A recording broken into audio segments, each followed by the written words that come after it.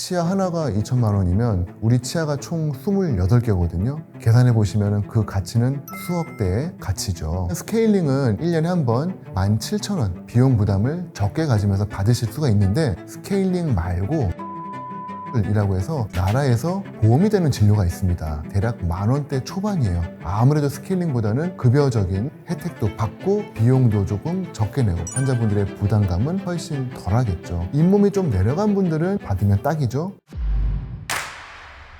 네, 안녕하세요. 건강구조대와 함께하게 된 연세 굿데이 치과의 치주과 대표원장 수달 박정철입니다. 반갑습니다.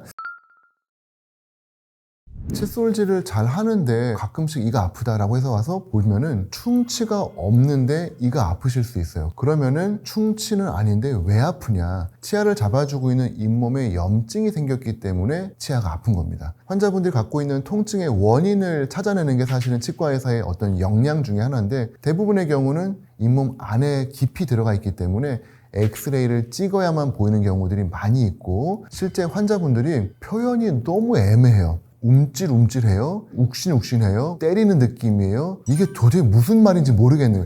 여기가 아픈 거 맞으세요? 라고 하면 맞아요. 근데 알 수가 없어요. 그렇기 때문에 정말 스무고개 하듯이 저희가 찾아내야 되는 그러한 특징이 있다 보니까 잇몸병은 발견하기도 어렵고 치료하기도 어려운 병 중에 하나입니다. 연구마다 조금씩 다릅니다만 치아 하나의 가치가 대략 2천만 원 정도 한다라는 연구가 일반적인 경우입니다. 치아 하나가 2천만 원이면 우리 치아가 총 28개거든요. 계산해 보시면 그 가치는 수억 대의 가치죠. 근데 그것보다 더한 심리적인 가치가 있습니다. 제가 환자분들 중에 치료를 하다 보면은 임플란트를 딱 시작할 때 느끼시는 그 상실감, 내 젊음은 갔구나라고 하는 그게 되게 크신 것 같아요. 피부과 치료를 받았다거나 혈압약을 먹었다거나 이런 거는 그냥 관리니까 라고 하는데, 치아를 빼고 임플란트를 심었다라고 하는 거는 이제 끝이구나 라는 메시지로 받으시는 것 같아요. 그래서 돈으로 따지면 억대이긴 하지만 치아가 빠지는 거는 제가 보기에는 값치를 매길 수 없을 정도의 충격으로 오시는 것 같습니다. 따라서 치아는 멀쩡한데 흔들려서 빼야 되는 상황을 만들어 오는 거는 우리 환자분들이 잘못하고 있는 행동 중에 하나인 것 같아요. 치과에만 자주 오셨어도 예방이 충분히 가능한 잇몸병이기 때문이죠.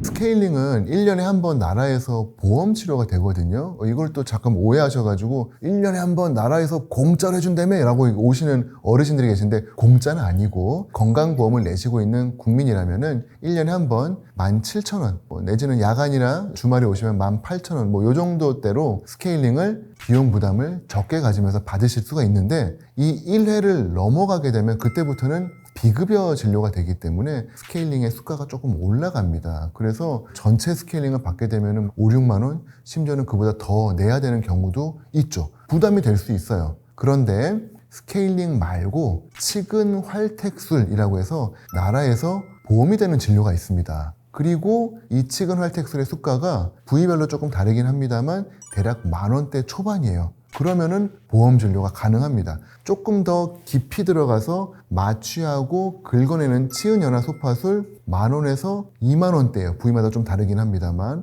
그러면은 아무래도 스케일링보다는 급여적인 혜택도 받고 비용도 조금 적게 내고, 물론 나라에서 좀 지원을 해주기는 합니다만 그래도 환자분들의 부담감은 훨씬 덜하겠죠. 그렇기 때문에 이러한 치근 활택술, 치은연화 소파술 보험으로 받을 수 있는 진료 혜택을 조금 누리시면 좋을 것 같습니다. 스케일링은 잇몸 위에 있는 치석을 뗀다 라는 거를 스케일링이라고 흔히 부르는 거고, 치근 활택술, 잇몸 안으로 들어가는 거예요. 그렇기 때문에 사실 치근 활택술은 잇몸이 조금 내려가서 치아 뿌리가 보이는 기존의 잇몸병을 한번 겪었던 분들에 해당을 하는 거고, 우리 20대 건강한 잇몸 분들은 치근 활택술을 할 수가 없어요. 잇몸 안에 들어가면 아픕니다. 그렇기 때문에 스케일링으로 하셔야 되고, 잇몸이 좀 내려간 분들은 치근 활택술을 받으면 딱이죠. 거기다가 좀 더 깊이 파괴가 돼서 깊이 들어가서 긁어내야 된다. 근데 그냥 하면 너무 아프다. 그런 분들은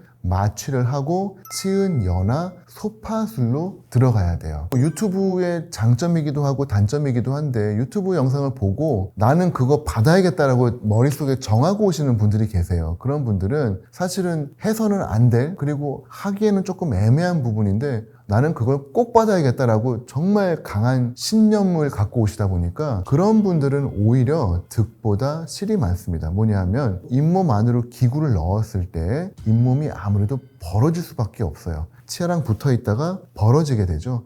그러면 오히려 잇몸에 손상이 오고 심한 경우는 잇몸이 내려갈 수도 있어요. 그렇기 때문에 이 치료를 나는 받고 싶다고 해서 다 받을 수 있는 게 아닌데도 고집센 분들이 가끔씩 계십니다. 그렇기 때문에 절대로 치과 의사의 진단을 어긋나서 내가 받고 싶으니까 해달라라고 하는 거는 사실 좋은 자세는 아닌 것 같아요. 그래서 되도록이면은 치과 의사의 진단을 좀 믿으시고 치료 계획을 좀 잘 따라주시면 좋을 것 같습니다. 저희가 이제 스케일링을 주기적으로 워낙 루틴하게 하다 보니까 가장 환자분들에게 많은 컴플레인을 듣는 게 스케일링 이후의 컴플레인인데 막 치석이 엄청 났어요. 그러다 보니까 잇몸이 많이 내려가 있었겠죠. 치석을 뗍니다. 떼고 나니까 잇몸 내려간 게 그제서야 보이는 거예요. 야, 너 스케일링 했더니 잇몸 내려갔다. 잘못된 거 아니냐? 이게 첫 번째 오해입니다. 이미 내려가 있었어요. 치아 뿌리, 이거를 치석이 덮고 있었습니다. 그러니까 별로 안 시려요. 근데 치석을 뗐더니 치아 뿌리가 막 보여요. 막 오돌오돌 떨릴 수밖에 없죠. 바람만 불어도 시립니다. 야, 스케일링 했더니 치아 시린데 잘못한 거 아니냐? 억울합니다. 이미 시릴 수밖에 없는 그런 상황이었어요. 치아 옆에 치석이 붙어 있으니까 치아 하나가 이만합니다. 근데 스케일링 하고 나니까 치아가 얇아지거든요. 야, 스케일링 했더니 치아가 얇아졌다. 깎아낸 거 아니냐? 요게 저희가 받는 세 가지 가장 많은 오해인데 아닙니다. 저희가 쓰는 그 기구는요, 캐비트론이라고 하는 기구인데 얘는 미세한 진동 기구예요. 그렇기 때문에 막 드릴처럼 깎아내는 기구도 없고 그런 칼날도 없어요. 그냥 막 흔들어가지고 깨는 거라고 생각하시면 되는데 그렇게 흔들어서 치석을 깨는 거니까 당연히 잇몸을 내릴 수도 없고요. 치아를 깎아낼 수도 없어요. 그냥 치석이 많으셨던 거예요. 그렇기 때문에 스케일링은 차라리 자주 받으시는 게 좋은 것 같으니까 막 10년씩 모아가지고 오시지 마시고 6개월, 1년에 한 번씩 자주 오셔서 자주 받으시면 좋을 것 같습니다. 잇몸이 건강하다면 스케일링을 해도 피가 안 납니다. 당연히 잇몸이 건강하면 잇몸에 염증이 없다는 뜻이고 잇몸에 염증이 없으면 아무리 그 잇몸을 때려도 피가 날 수가 없어요. 근데 거꾸로 잇몸에 염증이 엄청 나 있어요. 그러면은 걔네들은 정말요, 건드리기만 해도 피가 막 나기 시작을 합니다. 그러니까 스케일링을 하면서 치석을 떼다 보면은 잇몸에 살살 닿기만 했는데 갑자기 막 피가 콜콜콜 나요. 그러면 환자분들이 놀라실 수밖에 없죠. 이게 저희가 뭘 잘못해서가 아니라 염증이 심했기 때문에 스케일링 후에 피가 많이 나는 거고, 스케일링 하고 나서 피가 많이 났다? 아, 내가 염증이 많았구나 라고 생각을 하셔야지, 아, 이 사람이 초짜여가지고 내 잇몸을 막 이런 건 진짜 너무너무 오해입니다. 너무너무 억울하고요. 마찬가지로 자주 오세요. 염증 없이 건강한 잇몸 상태에서 스케일링 하시면은 훨씬 건강하게 쉽게 스케일링이 가능합니다. 스케일링 후에 잇몸이 조금 시리니까 뭐 찬물, 아이스, 아메리카노 이런 거 드시면 시릴 수밖에 없을 것 같고요. 잇몸이 아무래도 조금 민감해져 있다 보니까 맵고 짠 거 먹으면은 화끈거릴 수밖에 없겠죠. 그런 음식류를 좀 조심해 주시는 게 좋을 것 같고요. 칫솔질, 아, 이제는 내가 정말 잘해야겠다 해서 안 하던 칫솔질 열심히 하시면 오히려 더 자극이 됩니다. 그러면 아, 칫솔질은 안 좋은 거야. 힘들어. 다시 옛날처럼 살살 해야지. 내지는 하루에 한 번만 해야지. 그러실 수 있으니까 갑자기 너무나 바꾸려고 하지 마시고 평범하게 칫솔질 개선해 나가시는 게 좋을 것 같고요. 스케일링 후에 너무 충격이 크다 보니까 다시는 스케일링 하러 안 갈 거야 라는 결심을 하시면 안 될 것 같아요. 오히려 아, 오늘 너무 힘들었다. 다음에는 좀 더 일찍 가야지 라고 생각을 해주시면 훨씬 좋을 것 같습니다. 잇몸에서 피가 날 때 지혈이 안 되는 그러한 약을 드시는 분들은 스케일링 할 때 약을 끊고 해야 됩니다. 그냥 하면은 꽤 피가 많이 날 거예요. 어떤 약이냐? 와파린이라고 해서 지혈을 억제하는 약이 있습니다. 이 약은 진짜 한 2, 3일 정도 피가 찔끔찔끔 날 수 있거든요. 그렇기 때문에 그 약을 5일 내지는 일주일씩 끊고 해야 되고요.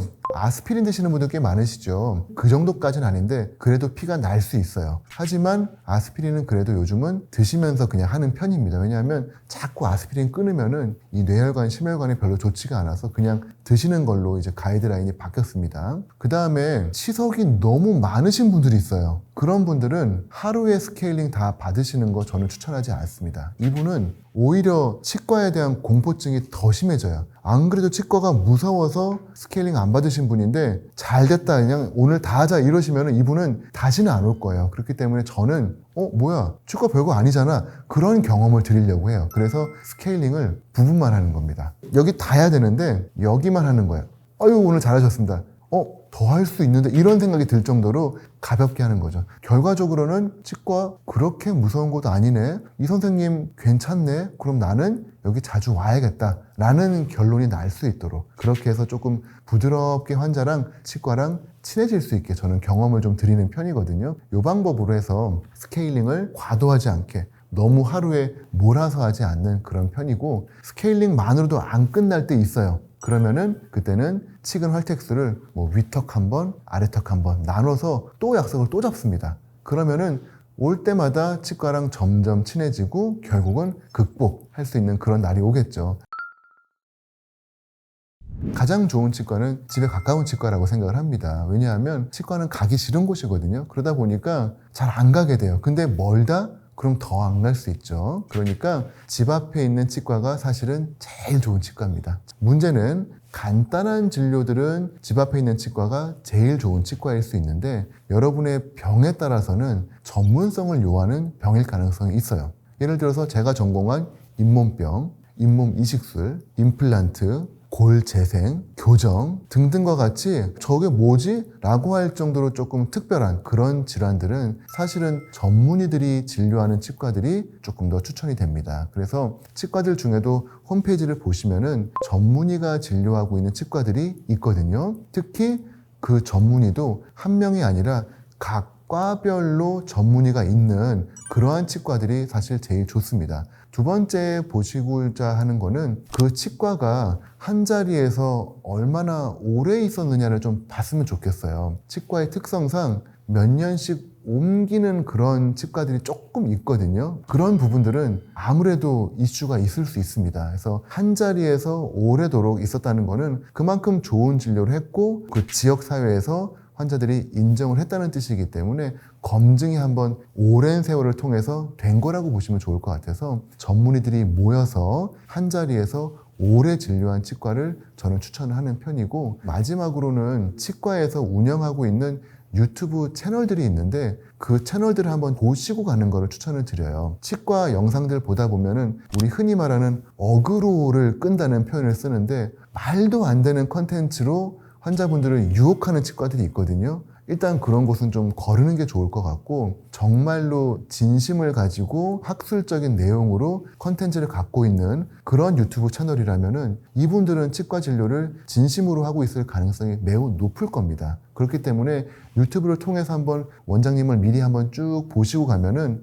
아무래도 좋은 진료를 받으실 수 있는 가능성이 매우 높기 때문에 저희 연세 굿데이 치과가 운영하고 있는 치앙 저격과 같은 곳을 보시면은 각 과별로 좋은 내용들을 많이 올려놨거든요. 교과서적인 수준까지의 내용들이니까 그런 내용들이 있는 치과라면은 믿고 가실 수 있는 치과라고 생각이 듭니다. 의료 영역에 있어서는 그 미국식 표현입니다만 세컨 어피니언이라고 표현을 하는데요. 같은 질병을 놓고도 치료 계획이 술자마다 다를 수 있어요. 그렇기 때문에 한 명의 의사와 그리고 세컨 어피니언 두 번째 사람의 의견을 구하는 과정은 좋고 그리고 사실 병이 크면 클수록 치료 영역이 크면 클수록 세컨 어피니언을 구하시는 거는 맞아요. 그래서 저희 병원에도 사실은 병원을 여러 개 둘러보고 오시는 분들이 꽤 많이 오시고 강남에서 10군데 보고 왔고 여기가 마지막이에요 라고 하시는 분들도 꽤 있어요. 그러다 보니까 그런 분들에게 왜 여러 개를 둘러보고 오셨어요? 혹시 병원 쇼핑하시는 거예요? 전혀 그렇게 생각하지 않고 환자분의 권리입니다. 좋은 치료 계획 다 들어보시고 선택하시는 거 저는 좋게 생각을 해요. 그렇기 때문에 많이 둘러보시는 거 좋을 것 같은데 왜 그러느냐? 과잉 진료를 선택하시는 병원 그리고 그 병원의 선생님들의 특징은 하나의 진료를 치료 계획을 세운 다음에 그 부분을 진행하는 데 있어서 환자분의 의견을 사실 그렇게 물어보지 않습니다. 대부분 과잉 진료를 많이 하는 진료들은 이러한 치료 계획이 있고 이렇게 할 거고 비용이 얼마인데 그 비용은 상담하는 선생님이 이렇게 해서 도와줄 거다라고 해서 이 진료 계획을 가지고 얼마에 받고 싶냐라고 하면서 그 부분에서 사실은 상당히 많은 상담을 하지 질병 자체에 대한 상담은 그 의사와 많지 않아요. 어떤 의미에서는 의사는 진단하고 빠지고 상담하는 사람이 이거를 얼마 해줄 건지 얼마 깎아줄 건지 이런 걸로 하다 보니까 과잉진료의 특징은 그러한 수가, 전체적인 금액 이런 게 더 부각이 되고 질병에 대한 상담, 고민은 조금 덜 하게 됩니다. 근데 저는 오히려 거꾸로입니다. 질병이 갖고 있는 그 특성과 원인을 먼저 같이 상의를 하고 치료 계획이 요렇게 두 가지가 있는데 이거를 할 경우에는 이러한 일이 생길 수 있는데 이거의 장점은 요거고 단점은 요거다. 반면 이 치료를 하면은 이러한 일이 생길 수 있고 이거의 장점은 요거고 이거의 단점은 이거다. 이거를 하셔도 좋고 이걸 하셔도 좋고 환자분의 선택을 제가 따를 거고 어느 길이든 잘 도와드리겠다 라고 저는 치료계획 상담을 마무리하기 때문에 환자분들이 여러 병원을 둘러보면서 이렇게 설명 많이 해주시는 병원은 처음이에요 라고 할 정도로 치료 계획을 자세하게 설명을 드리고 제일 중요한 결정권을 환자분에게 드립니다. 그러면은 환자분은 충분히 고민해 보시고 내가 좋아하는, 내가 원하는 치료를 선택할 수 있게 되죠. 그렇기 때문에 비용적인 부분은 나중 문제고 내 치아를 살리고 싶고 안 아프게 하고 싶고 오래오래 쓰고 싶고 이게 더 중요한 부분이다 보니까 이거에 대한 상담이 더 많이 들어가는 것 같아요. 그렇기 때문에 환자분들이 저희 병원을 선택하시는 가장 큰 이유도 병과 그리고 원인과 다양한 치료 옵션을 다 들어볼 수 있었다. 이 부분이 과잉진료 병원을 골라낼 수 있는 가장 큰 포인트. 치료계에 대한 다양한 옵션 설명 없이 금전적인 치료 계획만 이야기하는가 아닌가로 선택하실 수 있는 게 아닌가 싶습니다.